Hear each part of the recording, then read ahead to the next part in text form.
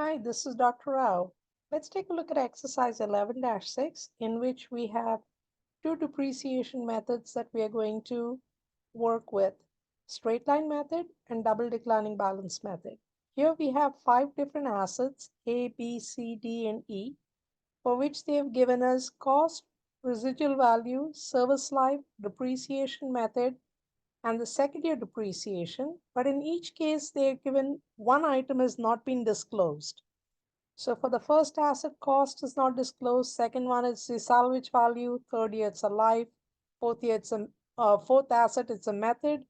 And for the fifth asset, they didn't give us a depreciation expense. We have two methods, double declining and straight line. Straight line is always the easiest one to work with. So let's just work on those two assets, asset B and asset C.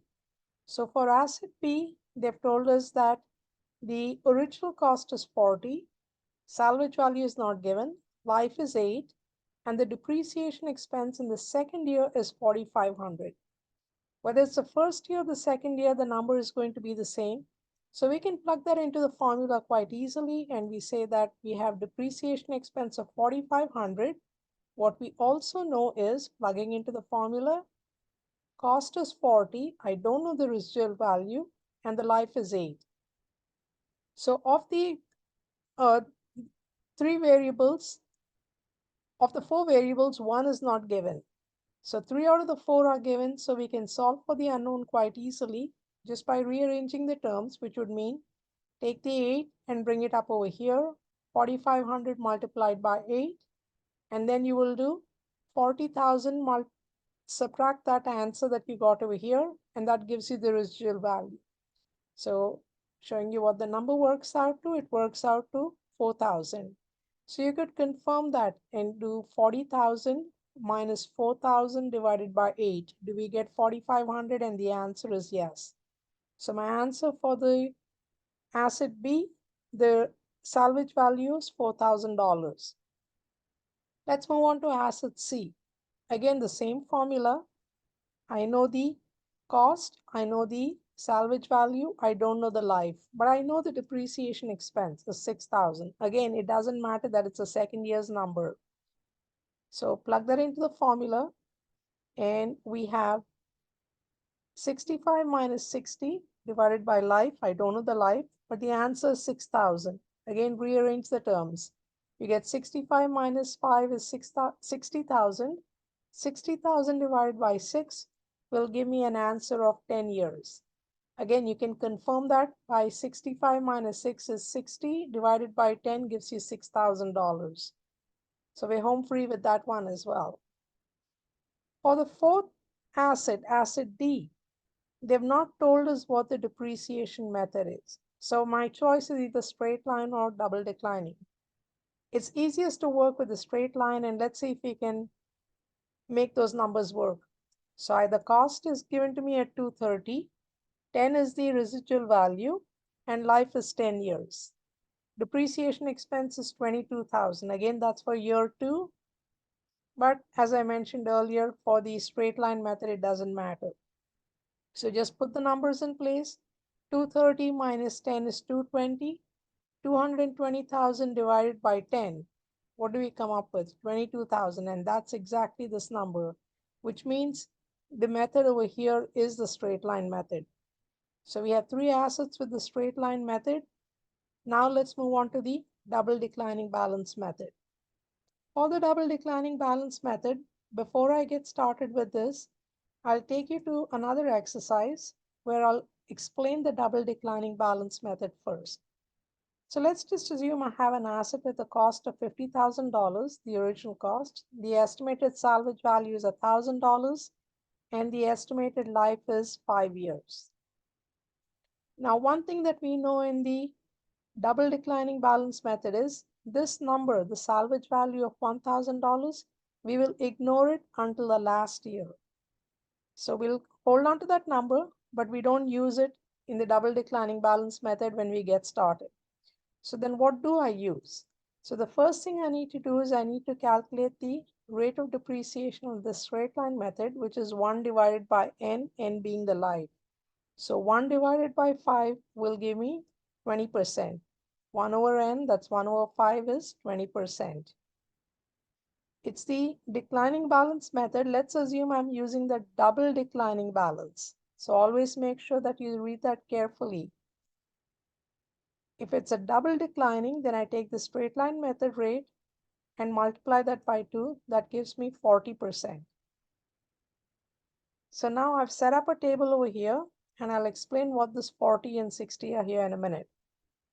Always, when we start, this number is the same as the original cost. The beginning book value is what? Original cost minus accumulated depreciation. At the start of the first year, I haven't depreciated it, so the book value is the original cost. So that's the starting point. The rate of depreciation, we calculated that to be 40%. So each year I calculate depreciation expense as beginning book value multiplied by the rate, which is 40%. So that gives me $6,000. Beginning book value minus the depreciation for the current year will give me the ending book value.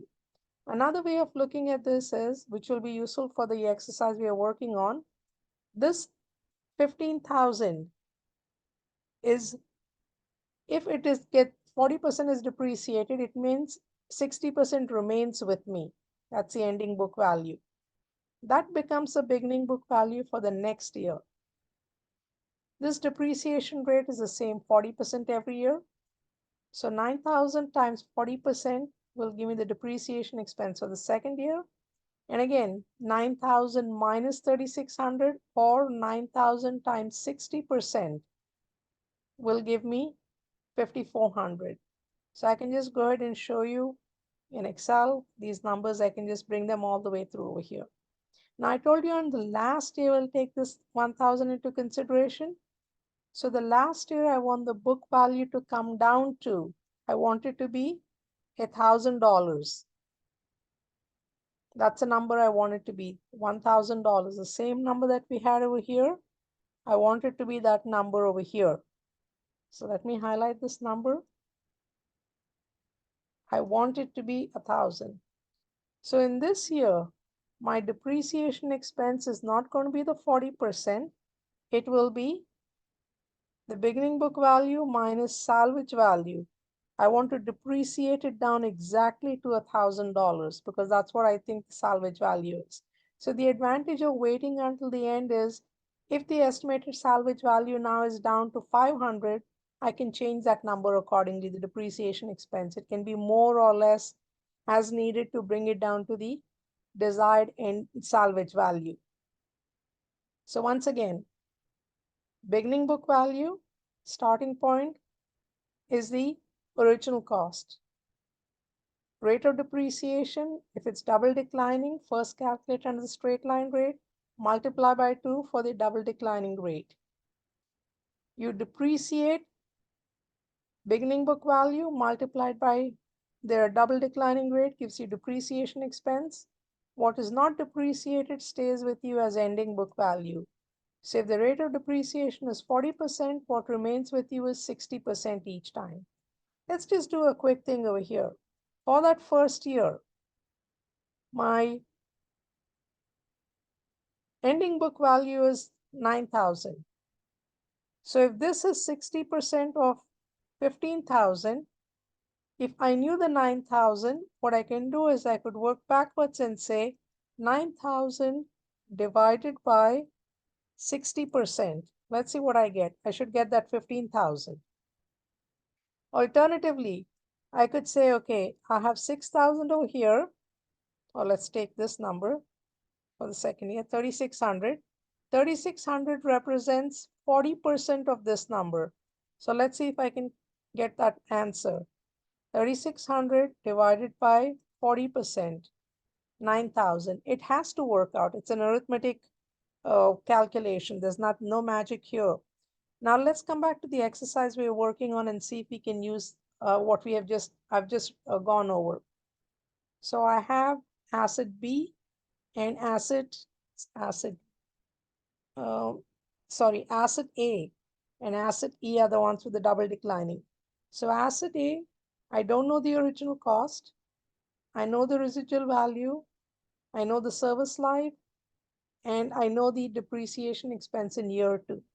So here's what I'll do. I'll start putting in some basic information, the cost of the asset, salvage value, life, and that was the cost for the first asset. In fact, I don't know the cost. What I do know is the residual value, which is 10,000. Oops, I'm making a mistake over here. This one is going to be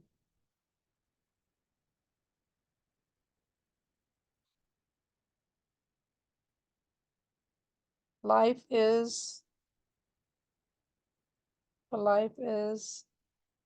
5 years. So the next thing I do is calculate the life is 5 years. I calculate the depreciation, the rate under the straight line method, which is going to be 20%, which means it's 40% under the double declining balance method. I again need to find out the cost of the asset.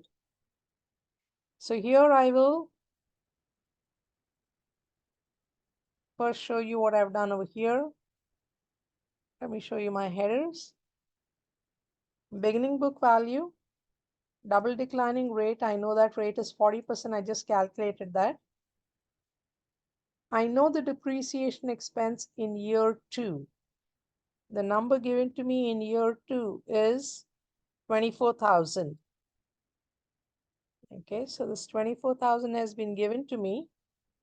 So I know 24,000. I know the salvage value, but I'm not going to use it. So that's really not relevant.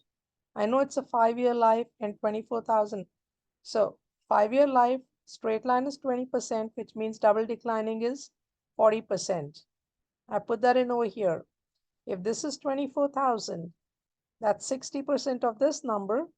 So I can work backwards and I can say this is going to be, oops, let me go back over here.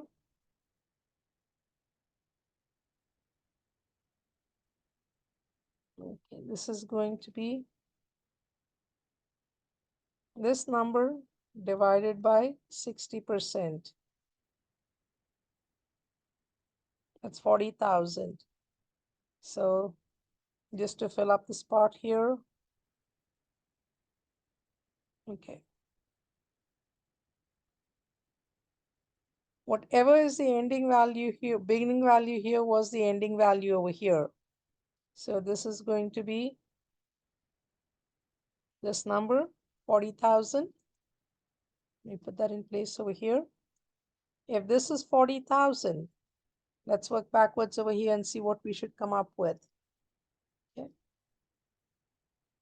Oops, I need to just go over this one more time because I have clearly made a mistake. So let me clear contents over here. Depreciation expense is 24,000. If depreciation expense is 24,000, this number has to be 24,000 divided by 40%. This number is whatever is beginning value in year 2 was ending value in year 1. Okay. If this is 60,000, then this number has to be 60,000 divided by 60%. Okay. The rate is 40%. I need to bring that rate over here, 40%. Depreciation expense, I don't need that over here for the exercise. They've not asked me, but I will go ahead and do it just so that I can make sure that all the numbers work out. And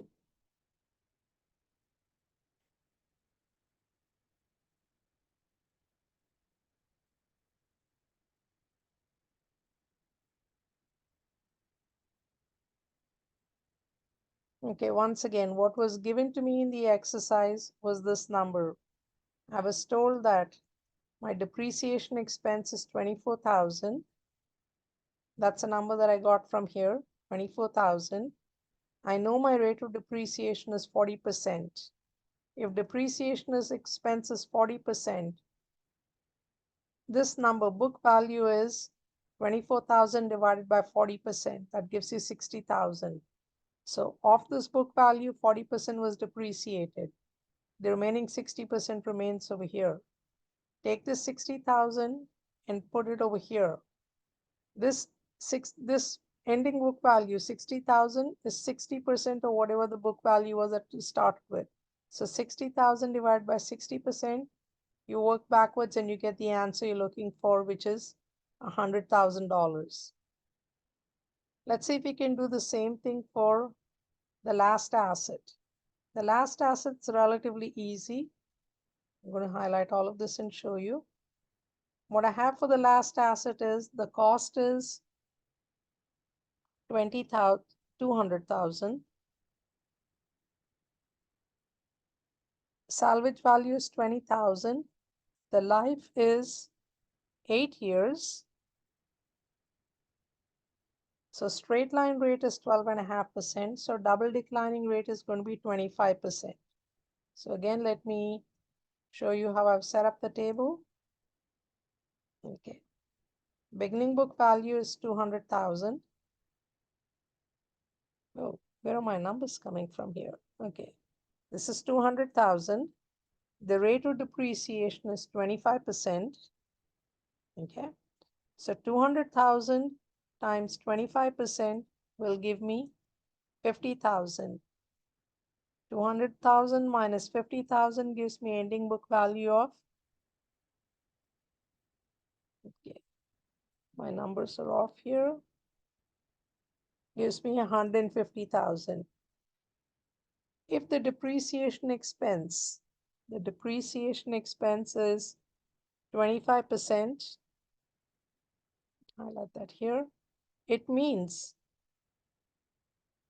my ending book value is 75%. So 200,000, 25% is depreciated, that's 50,000. 200,000 minus 50,000 is 150. 150 divided by 200 gives you 75. Once again, remember, whatever I have here, 25% is depreciated, which means 75% is still remaining with me. Bring that number in over here.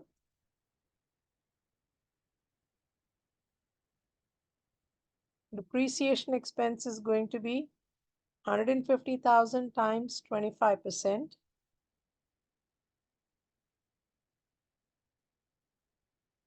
That's going to be 37,500. And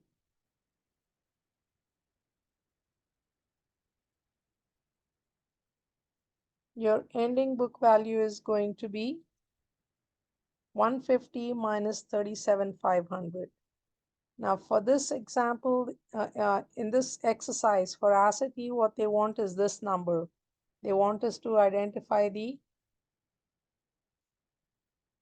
they want us to identify the, or compute the depreciation expense in year 2, which is 37,500. Let me go back to the previous one over here.